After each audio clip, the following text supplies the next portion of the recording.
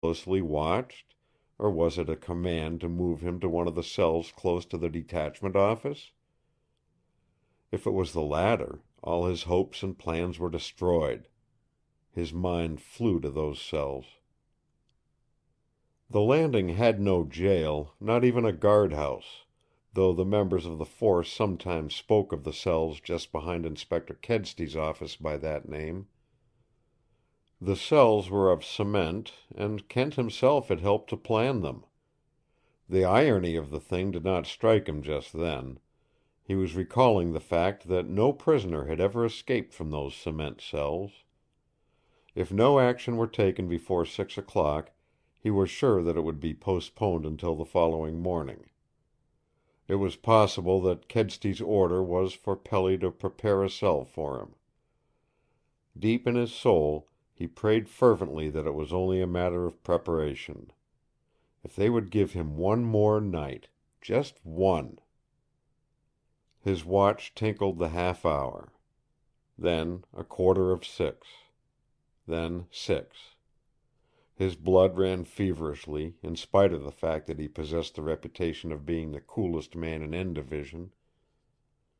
He lighted his last cigar and smoked it slowly to cover the suspense which he feared revealed itself in his face should anyone come into his room. His supper was due at 7. At 8 it would begin to get dusk. The moon was rising later each night, and it would not appear over the forests until after 11. He would go through his window at 10 o'clock. His mind worked swiftly and surely as to the method of his first night's flight. There were always a number of boats down at Crossen's place. He would start in one of these, and by the time Mercer discovered he was gone, he would be 40 miles on his way to freedom. Then he would set his boat adrift, or hide it, and start cross-country until his trail was lost. Somewhere and in some way he would find both guns and food. It was fortunate that he had not given Mercer the other $50 under his pillow. At 7, Mercer came with his supper. A little gleam of disappointment shot into his pale eyes when he found the last cigar gone from the box. Kent saw the expression and tried to grin good-humoredly. "I'm going to have Father Layonne bring me up another box in the morning, Mercer," he said. "That is, if I can get hold of him." "You probably can," snapped Mercer. "He doesn't live far from barracks, and that's where you're going. I've got orders to have you ready to move in the morning." Kent's blood seemed for an instant to flash into living flame. He drank a part of his cup of coffee, and said then, with a shrug of his shoulders, "I'm glad of it, Mercer. I'm anxious to have the thing over. The sooner they get me down there, the quicker they will take action. And I'm not afraid, not a bit of it. I'm bound to win. There isn't a chance in 100 that they can convict me." Then he added, "And I'm going to have a box of cigars sent up to you, Mercer. I'm grateful to you for the splendid treatment you have given me." No sooner had Mercer gone with the supper things than Kent's knotted fist shook itself fiercely in the direction of the door. "My God, how I'd like to have you out in the woods, alone, for just 1 hour," he whispered. 8 o'clock came, and 9.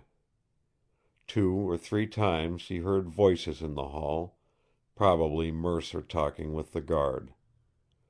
Once he thought he heard a rumble of thunder, and his heart throbbed joyously. Never had he welcomed a storm as he would have welcomed it tonight. But the skies remained clear. Not only that, but the stars, as they began to appear, seemed to him more brilliant than he had ever seen them before. And it was very still. The rattle of a scow chain came up to him from the river as though it were only 100 yards away. He knew that it was one of Mooie's dogs he heard howling over near the sawmill. The owls, flitting past his window, seemed to click their beaks more loudly than last night. A dozen times he fancied he could hear the rippling voice of the river that very soon was to carry him on toward freedom. The river! Every dream and aspiration found its voice for him in that river now. Down it Marette Radisson had gone.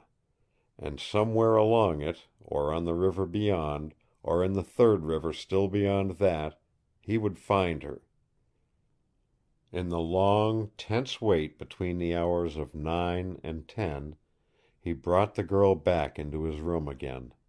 He recalled every gesture she had made, every word she had spoken. He felt the thrill of her hand on his forehead, her kiss, and in his brain her softly spoken words repeated themselves over and over again. "I think that if you lived very long I should love you." And as she had spoken those words, she knew that he was not going to die. Why, then, had she gone away? Knowing that he was going to live, why had she not remained to help him if she could? Either she had spoken the words in jest, or— A new thought flashed into his mind. It almost drew a cry from his lips. It brought him up tense, erect, his heart pounding. Had she gone away? Was it not possible that she, too, was playing a game in giving the impression that she was leaving down river on the hidden scow? Was it conceivable that she was playing that game against Kedsty? A picture, clean cut as the stars in the sky, began to outline itself in his mental vision. It was clear, now, what Mooie's mumblings about Kedsty had signified. Kedsty had accompanied Marette to the scow. Mooie had seen him, and had given the fact away in his fever. Afterward he had clamped his mouth shut through fear of the big man of the law. But why, still later, had he almost been done to death? Mooie was a harmless creature. He had no enemies. There was no one at the Landing who would have assaulted the old trailer whose hair was white with age. No one, unless it was Kedsty himself. Kedsty at bay. Kedsty in a rage. Even that was inconceivable. Whatever the motive of the assault might be, and no matter who had committed it, Mooie had most certainly seen the Inspector of Police accompany Marette Radisson to the scow. And the question which Kent found it impossible to answer was, had Marette Radisson really gone down the river in that scow? It was almost with a feeling of disappointment that he told himself it was possible she had not. He wanted her on the river. He wanted her going north and still farther north. The thought that she was mixed up in some affair that had to do with Kedsty was displeasing to him. If she was still on the Landing, or near the Landing, it could no longer be on account of Sandy McTrigger, the man his confession had saved. In his heart he prayed that she was many days down the Athabasca, for it was there, and only there, that he would ever see her again. And his greatest desire, next to his desire for his freedom, was to find her. He was frank with himself in making that confession. He was more than that. He knew that not a day or night would pass that he would not think or dream of Marette Radisson. The wonder of her had grown more vivid for him with each hour that passed, and he was sorry now that he had not dared to touch her hair. She would not have been offended with him, for she had kissed him, after he had killed the impulse to lay his hand on that soft glory that had crowned her head. And then the little bell in his watch tinkled the hour of 10. He sat up with a jerk.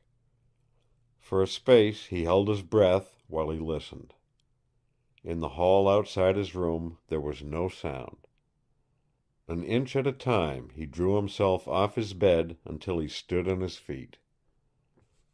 His clothes hung on hooks in the wall, and he groped his way to them so quietly that one listening at the crack of his door would not have heard him.